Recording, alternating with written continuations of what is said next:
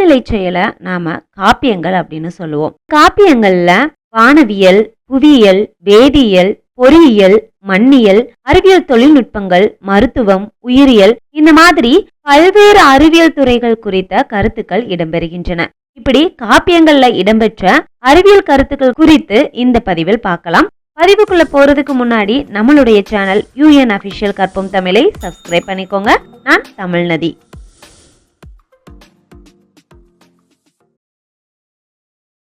தமிழில் தோன்றிய முதல் காப்பியம் சிலப்பதிகாரம். சிலப்பதிகாரத்தை தொடர்ந்து படைக்கப்பட்ட மணிமேகலை, சீவக சிந்தாமணி உள்ளிட்ட 50 காப்பியங்கள், ஐஞ்சிறு காப்பியங்கள், கம்ப ராமாயணம், பெருங்கதை போன்ற காப்பிய இலக்கியங்கள்ல அறிவியல் குறித்த செய்திகளை பழந்தமிழர்கள் பதிவு செஞ்சிருக்காங்க. காப்பியங்கள்ல இடம்பெற்றுள்ள அறிவியல் கருத்துக்கள் ஆரம்பத்துல கற்பனையா தெரிஞ்சாலும் அறிவியல் வளர்ச்சிக்கு அப்புறமா பழந்தமிழருடைய அறிவியல் கருத்துக்கள் தற்போதைய அறிவியல் கருத்துக்கு முன்னோடியா இருக்கிறத நம்மளால புரிந்து கொள்ள முடியும். காப்பிய இலக்கியமான சிலப்பதிகாரத்துல இடம்பெற்றுள்ள அறிவியல் கருத்துக்கள் குறித்து பார்க்கலாம். சிலப்பதிகாரத்துல இடம்பெற்றுள்ள கட்டிடக்கலை தொடர்பான பொறியியல் செய்திகளை பார்க்கலாம். மக்கள் வாழக்கூடிய இடம் குடிசையா இருந்தாலும் சரி, கோபுரமா இருந்தாலும் சரி, அங்க இருக்கக்கூடிய கழிவு பொருட்களை அகற்றுறதுக்காக புதை சாக்கடை அமைப்பு மதுரை மாநகர்ல இருந்திருக்கு. அது மட்டும் இல்லாம மதுரை மாநகருடைய அமைப்பானது புறஞ்சேரி, காவல், காவல் காடு, அகழி, பாலம், அரண், அகநகர், அரண்மனை இந்த மாதிரி அமைப்புல மதுரை மாநகர் அமைக்கப்பட்டிருக்கு.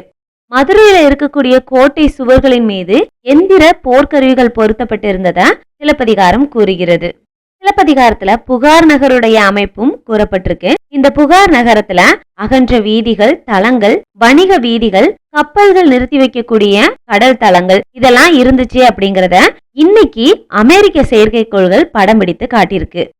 மக்கள் வாழக்கூடிய இடங்கள்ல நெடுநிலை மாடம் இருந்தத சிலப்பதிகாரம் கூறுகிறது. வசந்த மேனியின் படர் நோயுற்று நெடுநிலை மாடத்திடை நில தாங்கோர் படையமை சோக்கை பள்ளியுள் வீழ்ந்ததும் அப்படின்னு சொல்லி பாடியிருக்காரு.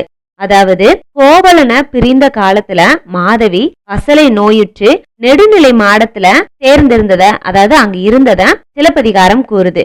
இது மட்டும் இல்லாம கோல சாளர குறுங்கன் நிலான நிலை மாடத்து அரமியம் அப்படின்னு சொல்லியும் பாடப்பட்டிருக்கு. அதாவது கோவலனை பிரிந்த கண்ணகி எழுநிலை மாடத்துல இருந்தா அப்படின்னு சொல்லப்படுது. எழுநிலை மாடத்துல இருக்கக்கூடிய நிலா முற்றத்தை தான் அரமியம் அப்படின்னு சொல்லியிருக்காங்க. கணவனை பிரிந்த காலத்துல கண்ணகி இளவேநீர் காலத்திற்காக அமைக்கப்பட்டுள்ள அந்த எழுநிலை மாடத்துல இருக்கக்கூடிய நிலா முற்றத்துக்கு போகாம குளிர்காலத்துல மாளிகையினுடைய இடப்பகுதியில தங்குறதுக்காக ஒரு இடம் உண்டாம். அந்த இடத்துல போய் இருக்கா. அங்க இருக்கும் போதும் இளவினுடைய ஒளியோ இல்லனா தென்றலோ வந்து கணவனை பிரிந்த இந்த காலத்துல தனக்கு துன்பத்தை தான் தரும் அப்படிங்கறத தெரிஞ்சுக்கிட்டு அங்க இருக்கக்கூடிய சாளரங்களை அடைச்சு வச்சிருக்கா. அதாவது ஜன்னலை அடைச்சு வச்சு அங்க காத்துட்டு இருந்தா அப்படிங்கறத சிலப்பதிகாரம் கூறுது. ஐவகை மணிகள் பத்தி சிலப்பதிகாரத்துல கூறப்பட்டிருக்கு. ஒருமை தோற்றத்து ஐவேறு வனப்பின் இளங்கதிர் விடுவும் நலங்கெழு மணிகளும். அதாவது பவளம், சந்தனம், அகில், மாசிலாமுத்து, பொன் இந்த ஐவகை மணிகளும் அது ஒளிரக்கூடிய தன்மையால தான் வேறு வேறு பெயர்களை பெற்றுட்டு இருக்கு. ஆனா இந்த ஐவகை மணிகளையும் செய்வதற்கான மூலப்பொருள் ஒன்று அப்படிங்கிறத இளங்கோவடிகள் கூறியிருக்கிறாரு. இன்றைக்கு அறிவியல் அறிஞர்கள் மணிகள் அனைத்துமே வந்து பீனால் ஃபார்மால்டிஹைடு அப்படிங்கிற பொருட்களால ஆனது அப்படின்னு சொல்றாங்க. ஆனா இத அப்பவே இளங்கோவடிகள் தன்னுடைய பாடல்ல சொல்லியிருக்கிறது ஆச்சரியத்தை ஏற்படுத்துற மாதிரி இருக்குது. சிலப்பதிகாரத்துல அரங்கேற்று காதையில நாடக மேடையுடைய அமைப்பு பத்தி கூறப்பட்டிருக்கு.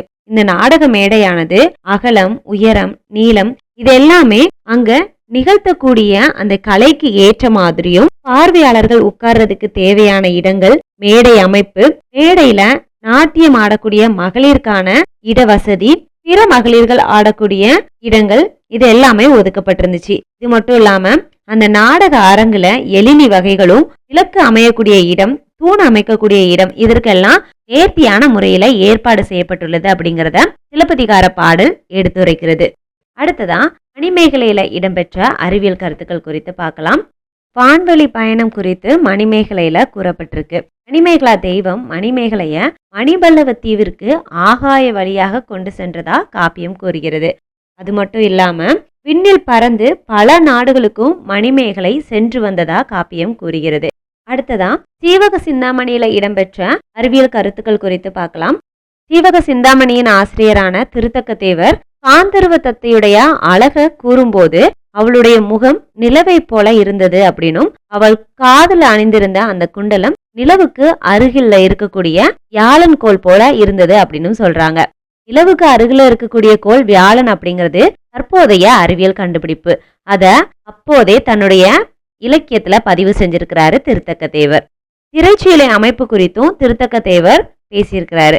அதாவது சீவகனுக்கும் காந்தர்வ தத்தைக்கும் இடையில இசை போர் ஒண்ணு நடக்குது. இந்த இசை போர்ல அங்க இருக்கக்கூடிய திரைச்சீலை எந்திரத்தால மூடப்பட்டிருந்தது அப்படின்னு சொல்லி பாடியிருக்கிறாரு. உலகத்துல எந்த இடத்துல ஒரு நிகழ்ச்சியோ இல்லைன்னா விளையாட்டோ நடக்குது அப்படின்னா அதை இன்னைக்கு நாம தொலைக்காட்சி மூலமா நேரடியாவே பார்க்க முடியும். இது எல்லாமே அறிவியல் கண்டுபிடிப்பு மூலமா சாத்தியமான ஒன்று. ஆனா சீவக சிந்தாமணியில இந்த மாதிரி நேரலை குறித்த கருத்து இடம்பெறுது. அதாவது சீவகனுடைய வளர்ப்பு தந்தையான கந்த கடனுடைய மகன் நந்தட்டன் அவர் சீவகனை பார்க்கணும் அப்படின்னு சொல்லி ஆசைப்படுறாரு. காந்தர்வ தத்தை ஒரு மந்திரத்தை சொல்றா. அதன் மூலமா சீவகன் இருக்கக்கூடிய இடத்த நேரலையாவே நந்தட்டனுக்கு காட்டுறா. இந்த காட்சியில சீவகன் கனக மாலைக்கு கற்பக மாலை புனைந்து சூடக்கூடிய காட்சி தெரியுது. இந்த காட்சி இன்னைக்கு இருக்கக்கூடிய நேரலையோட ஒத்து போகுது. இது மட்டும் இல்லாம வானூர்தி குறித்தும் திருத்தக்க தேவர் சீவக சிந்தாமணியில கூறியிருக்கிறாரு. இந்த வானூர்தி பல சீலைகள், வெள்ளிய நூல், அரக்கு, மெழுகு இதெல்லாம் கொண்டு அமைக்கப்பட்டிருக்கு. இந்த அமைப்ப மயில் பொறி அப்படின்னு சொல்லி பேரிட்டு திருத்தக்க தேவர் சொல்லியிருக்கிறாரு. பொறியில வலஞ்சுழி, இடஞ்சுழி இந்த 2 அமைப்பு இருந்திருக்கு. வானத்துல பறக்கவோ தேவையான இடத்துல இறங்கவோ அந்த சுழியுடைய அமைப்பை நம்ம பயன்படுத்திக்கலாம். சீவகனுடைய தந்தையான சச்சந்தன் கட்டியங்காரனுடைய ஏற்பட்ட போரின் காரணமா தன்னுடைய மனைவிக்கு இந்த போர்ல எந்த ஒரு ஆபத்தும் ஏற்படக்கூடாது அப்படிங்கிறதுக்காக சச்சந்தன் விசைய அனுப்புறதுக்காக ஒரு வானூர்தியை செய்யறாரு. அந்த வானூர்தி 7 நாட்கள் வானிலேயே பறக்கக்கூடிய அளவுக்கு ஏற்பாடு செய்யப்பட்டு அதுல விசையையும் ஏத்தி அனுப்பி வைக்கிறாரு. ஆனா இங்க கட்டியங்காரனுக்கும் சச்சந்தனுக்கும் நடைபெற்ற போர்ல கட்டியங்காரன் ஜெயிச்சு அந்த வெற்றி முழக்கத்தை வானத்துல பறந்தபடி விசையை கேக்குறா. இதனால மயக்கம் கொள்றா. அவ மயங்கி விழுந்ததால அந்த மயில் பொறி ஒரு சுடுகாட்டுல இறங்குது. இது சீவக சிந்தாமணியில விளக்கப்படுது. அடுத்ததா கம்ப ராமாயணத்துல இடம்பெற்ற அறிவியல் கருத்து குறித்து பார்க்கலாம். ராவணன் சீதைய கவர்ந்துட்டு போனதுக்கு அப்புறமா ராமனும் லக்வனும் சீதையை தேடி செல்றாங்க. அந்த சமயத்துல மண்ணின் மேல தேர்காலுடைய சுவடுகள் தெரியுது. 2 பேரும் அந்த சுவடுகளை பின்தொடர்ந்தே நடந்து போறாங்க. கொஞ்ச தூரம் போனதுக்கு அப்புறமா அந்த சுவடுகள் மறைந்து போகுது. ஒருவேளை அந்த தேர் வானம் நோக்கி பறந்திருக்கலாமோ அப்படின்னு சொல்லி 2 பேரும் வருத்தப்படுறாங்க. இப்படி கம்ப ராமாயணத்துல கம்பர் சொல்லியிருக்கிறாரு. விமானம் கொஞ்ச தூரம் தரையில நகர்ந்து அதுக்கப்புறமா வான் நோக்கி பறந்து போறது அப்படிங்கிறது இப்ப இருக்கக்கூடிய நிகழ்வு. இது அன்னைக்கே தன்னுடைய நூல்ல குறிப்பிட்டிருக்கிறாரு கம்பர்.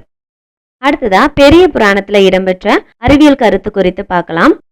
தமிழ் இலக்கியங்கள்ல மருத்துவம் பற்றிய குறிப்புகள் அதிகமாவே இடம்பெறுது. அந்த வகையில பெரிய புராணத்துல கண்ணப்ப நாயனார் புராணம் இதற்கு ஒரு எடுத்துக்காட்டாவே இருக்கு.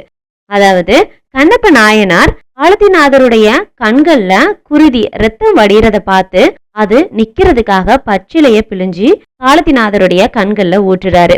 அவர் பச்சிலையை பிழிந்து ஊத்துனதுக்கு அப்புறமாவும் அவர் கண்கள்ல இருந்து வலியக்கூடிய ரத்தம் நிக்கல.